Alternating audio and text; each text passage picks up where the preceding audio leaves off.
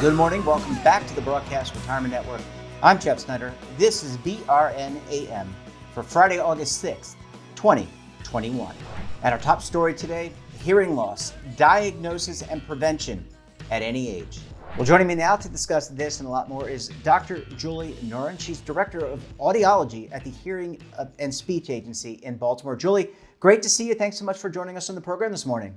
Thank you so much for having me. Happy to be here. Yeah, let's talk about something that I think is, I want to ask you, how prevalent is hearing loss in our society today?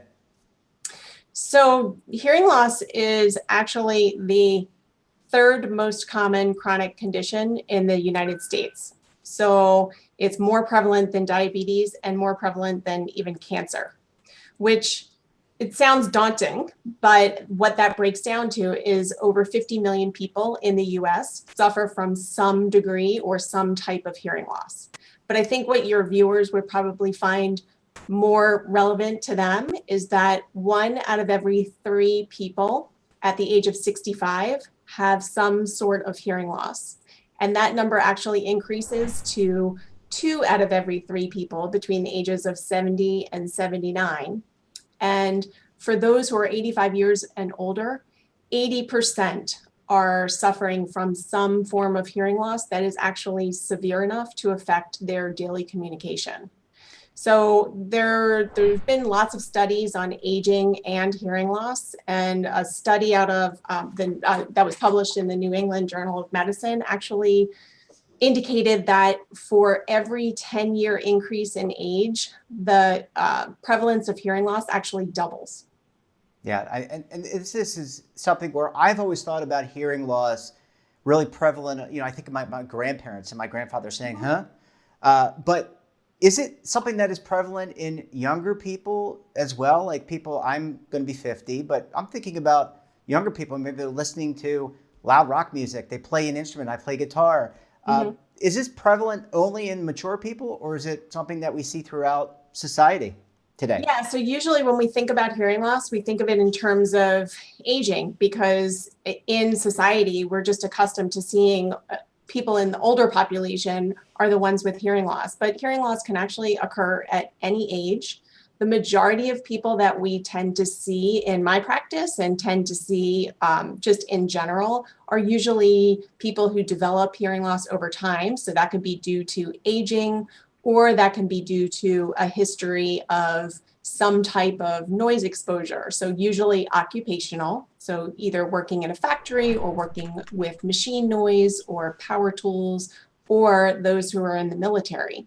But we do see a small number of children who are born with hearing loss. So it's estimated that about 3% of children who are born with some form of hearing loss, and sometimes that can be medically treated or sometimes that's permanent. But the majority of those who suffer from hearing loss are certainly those who are in the aging population.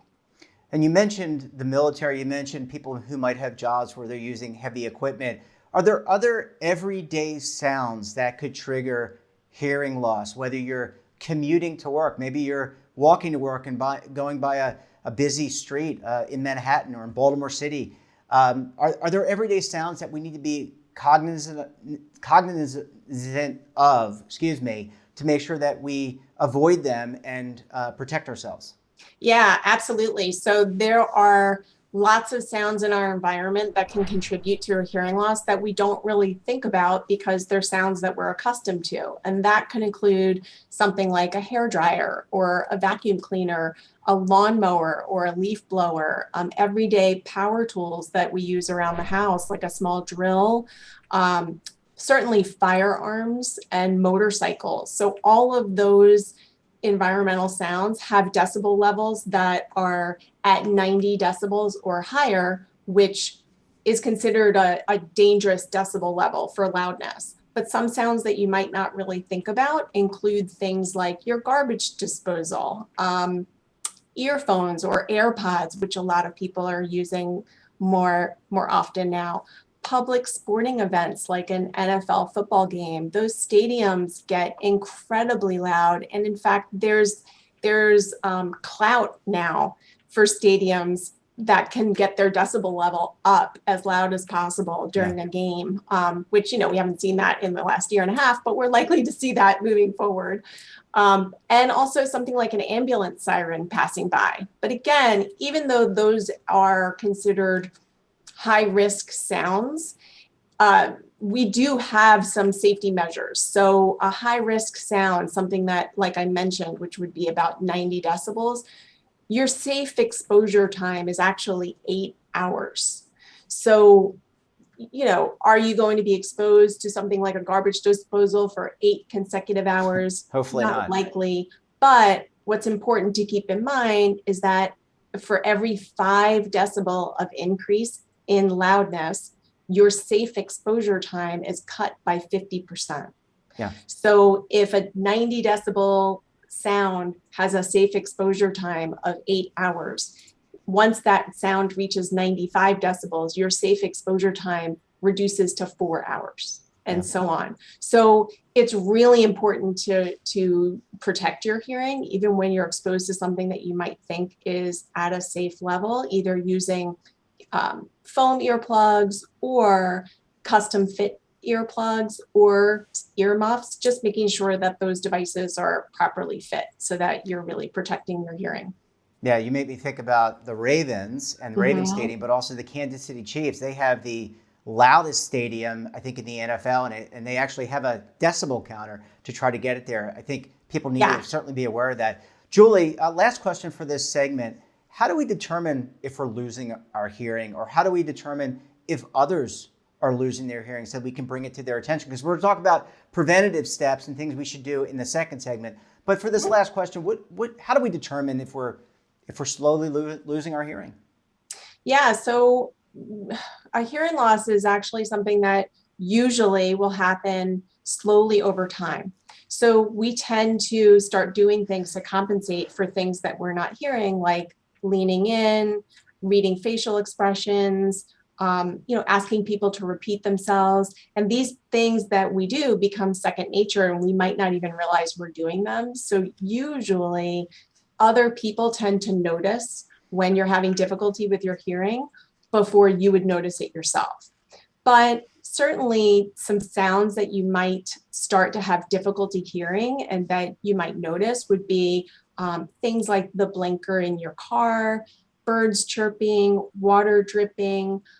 You might start to experience difficulty understanding women's and children's voices or conversations in the presence of noise. And that's because these are all sounds that tend to be a higher frequency sound, and we tend to lose our ability to hear the higher frequencies first. So I would say most people would start to realize that they're having difficulty hearing their spouse or grandchildren, or they're having difficulty hearing over the phone. So those would be good indicators that you might be starting to lose your hearing.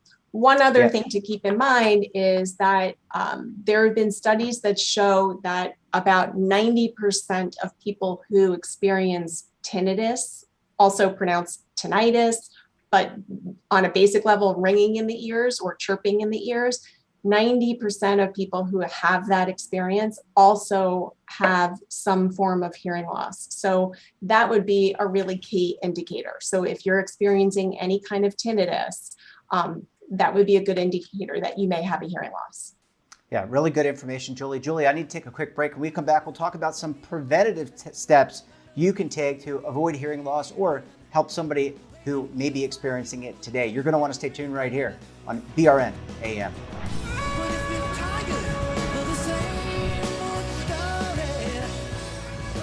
Imagine a new television network that will make you richer, healthier, and in control of your financial future.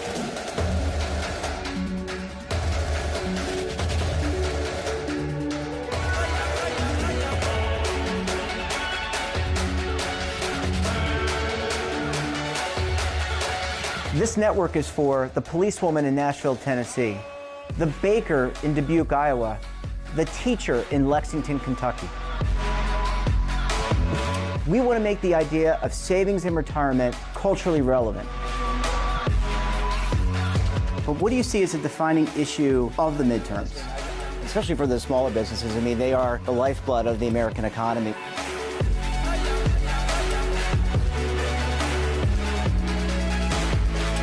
Featuring exclusive interviews, current affairs, and docuseries. 33 years old, you retired early. The philosophy is money only matters if it helps you live a life that you love. But you got to start thinking about retirement as soon as you get in. The Broadcast Retirement Network will drive very high engagement with premium partnerships. So this isn't retirement and savings for your parents or grandparents. This is for all Americans. And we're going to change the way you think about money.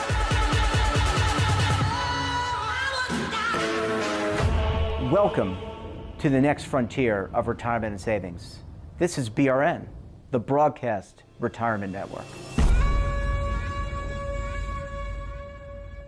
Are you stuck with a low credit score? A credit report and score that's causing you to be denied credit or pay higher interest rates than others for the same things? Then do what Terrence did and call Credit Repaired for your free credit evaluation to help restore your credit. I started thinking about buying a new house, and my score wasn't where I needed it to be. I called and spoke with one of the representatives, and we just had a good conversation, and I liked what he was saying. Just one call for his free credit evaluation was all it took to start back on the track to repairing his credit. I'm seeing the deletions and I'm getting the report, so I know something's being done. It does make a difference to me. All it takes is one call to get started. Credit Repair has given me a second chance to have a better credit score. Don't let a low credit score hold you back another day. Do what Terrence did and make the call for your free credit evaluation.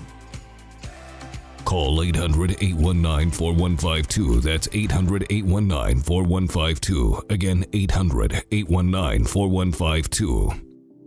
Welcome back. We're talking to Dr. Julie Noren. She's Director of Audiology at the Hearing and Speech Agency of Baltimore. Julie, thanks so much for staying with us this morning. My pleasure. Let's talk about audiology tests. And for those people out there, we probably piqued their interest either for themselves or others. How often should we go to an audiologist like yourself to do a hearing test? So we would recommend at the very least to schedule an appointment with an audiologist and get tested just to establish a baseline.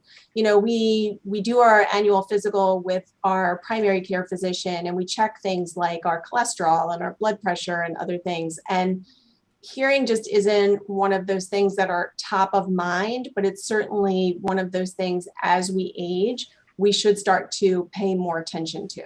So even though someone might not be having difficulty, we always recommend at least going and getting tested, establish that baseline so that now you have a point, a reference point, so that over time, if you do go back and start to get regular testing, you have that starting point and you're able to determine, is there a hearing loss? Is it developing or worsening over time? And how progressive is it? Yeah, and just, I think I've had that test numerous times. I mean, you sit in a booth and then they play different sounds in different ranges, and I'm supposed to put my finger up if I hear it on my right side and put my finger up if I hear it on my left side. Is that similar to what we're discussing here? Pretty general. There are different methods and different procedures, but that's pretty much it. In addition to testing for those different pure tones, we call them, or frequencies, which are, you know, low pitch up to high pitch, we also test things such as middle ear health, because we want to make sure that we're checking for any other kind of medical pathology that could be resolved with medical treatment. And when I say middle ear, I'm referring to ear canal, eardrum, the middle ear bones behind the eardrum. Sometimes there are conditions that happen. It could be as simple as a blockage of earwax, but it could be something that's a lot more complicated, like a medical condition such as otosclerosis, which is hardening of those middle ear bones. So we do testing of the middle ear because we want to determine if there's any contributing factor to a hearing loss, and also make appropriate recommendations for medical follow-up if those are needed. But we're also testing an individual's ability to hear certain speech sounds and the percentage of their discrimination ability, because those could also be indicators as to whether or not there's something else going on, such as a growth on the nerve or deterioration of the nerve, but that also gives us an indicator as to what we can expect if that individual has a hearing loss and we fit them with hearing aids. Yeah. Julie. And one thing to keep in mind that a lot of people don't realize is that an annual hearing test to monitor your hearing for changes is actually covered by Medicare. So if you have a referral from your physician for that hearing test, you can go annually to get tested, and that test can be billed to Medicare. Thanks for that, Julie. What do you do if you or someone you know has lost hearing? And you know, I can tell you of personal circumstances where I've have friends and family, some of whom may have lost some hearing. It can kind of send you into a downward spiral a little bit. That's a key sense that we rely on, and losing a key sense is really hurtful in a lot of ways. But what are some of the steps you can take? You've lost a little bit of hearing. The audiologist says, hey, you're not hearing things at these ranges. What do you do? Yeah, hearing loss, depending on the severity and how quickly it happens, it can be pretty scary. And the good news is that there are a lot of options that are available. First and foremost, I always recommend working with someone who's a licensed and trained professional. That way you can at least know that the testing is done accurately, the recommendations are appropriate, and you have someone guiding you through that process, because it can be really overwhelming and really daunting. So the first step, I would say, is schedule an appointment with an audiologist just for a complete evaluation, determine where your hearing levels are, and that way, once your need is established, then that professional can guide you through what the best course of treatment is. And it's important to know that there have been a lot of studies out of Johns Hopkins, actually, that have indicated those who have a hearing loss that goes untreated have a higher likelihood of an earlier onset of dementia. So even though it might not be impacting your cognitive function significantly, there have been studies that really have shown that if you have a hearing loss and you start using hearing aids, you will prolong that onset of cognitive decline. Yeah, and it's like isolation. I think you kind of are, there's a wall between you and the rest of the world, and I think that can be really harmful. And we're doing a lot of talk now about mental health. I think that's really disruptive. Last question here, Julie. There's been a lot of technology improvement since the hearing aid was first invented. We've got cochlear implants. We've got hearing aids. Where do we stand with the technology today, and what can we expect if we have to use a device like that? Will we get 100% of our hearing back? Will we only get some of it back? Does it vary by individual? Yeah, it really will vary by the individual. Again, that's why the testing is so important, because it gives us an idea of exactly where someone's hearing levels are so that we can then determine where they need that boost. Someone who has a mild to moderate hearing loss is going to need something that's very different in terms of a hearing device than someone who has a severe to profound hearing loss. So age is also a factor. Dexterity is also a factor. So there are lots of devices that are out there that are designed to treat hearing loss, but I would say my recommendation would be to work with someone who really understands the market, understands what the different products are designed to do, and understands the needs of different individuals and how they can vary so greatly, so that if you are suffering from a hearing loss and you do need help, that you're getting help that's appropriate for you. Really great advice. And last question, does Medicare, does a typical, like if I'm a 50-year-old male and I use a health insurer, will they offset a portion of this, or will Medicare offset a portion of this type of expense? Because I would imagine these things are very intricate. There's some cost associated with them. Yeah, they are. They're like little mini computers, and they really are amazing. You ask the question, will they restore 100% of your hearing?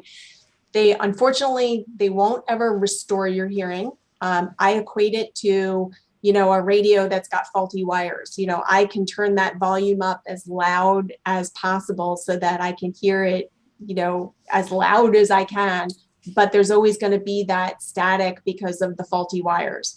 And hearing loss is on a very basic level, pretty similar to that, in that we can get the best functioning device and the most appropriate amplification so that you're hearing better and you have access to sound that you're not hearing without those devices, but there is still a hearing loss to contend with.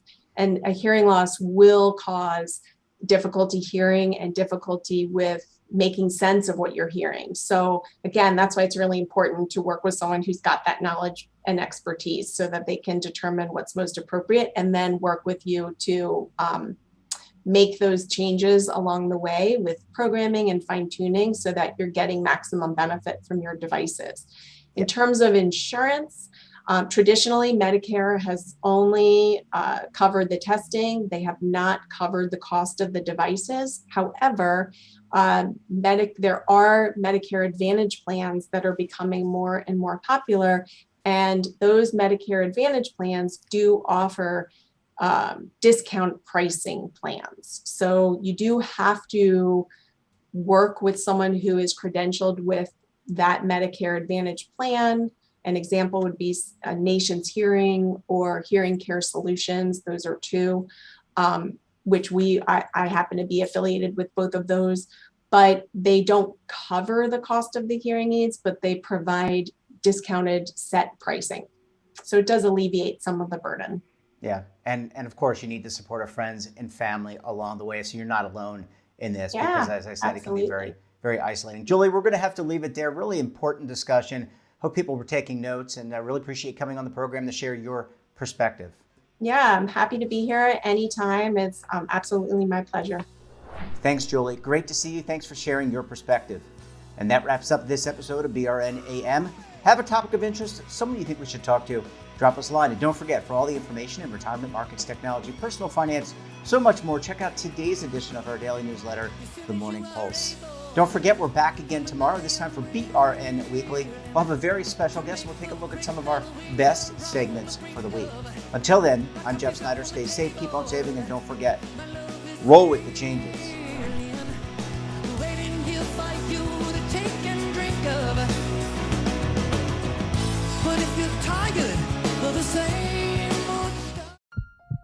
Are you being audited, and do you owe the IRS $10,000 or more in back taxes?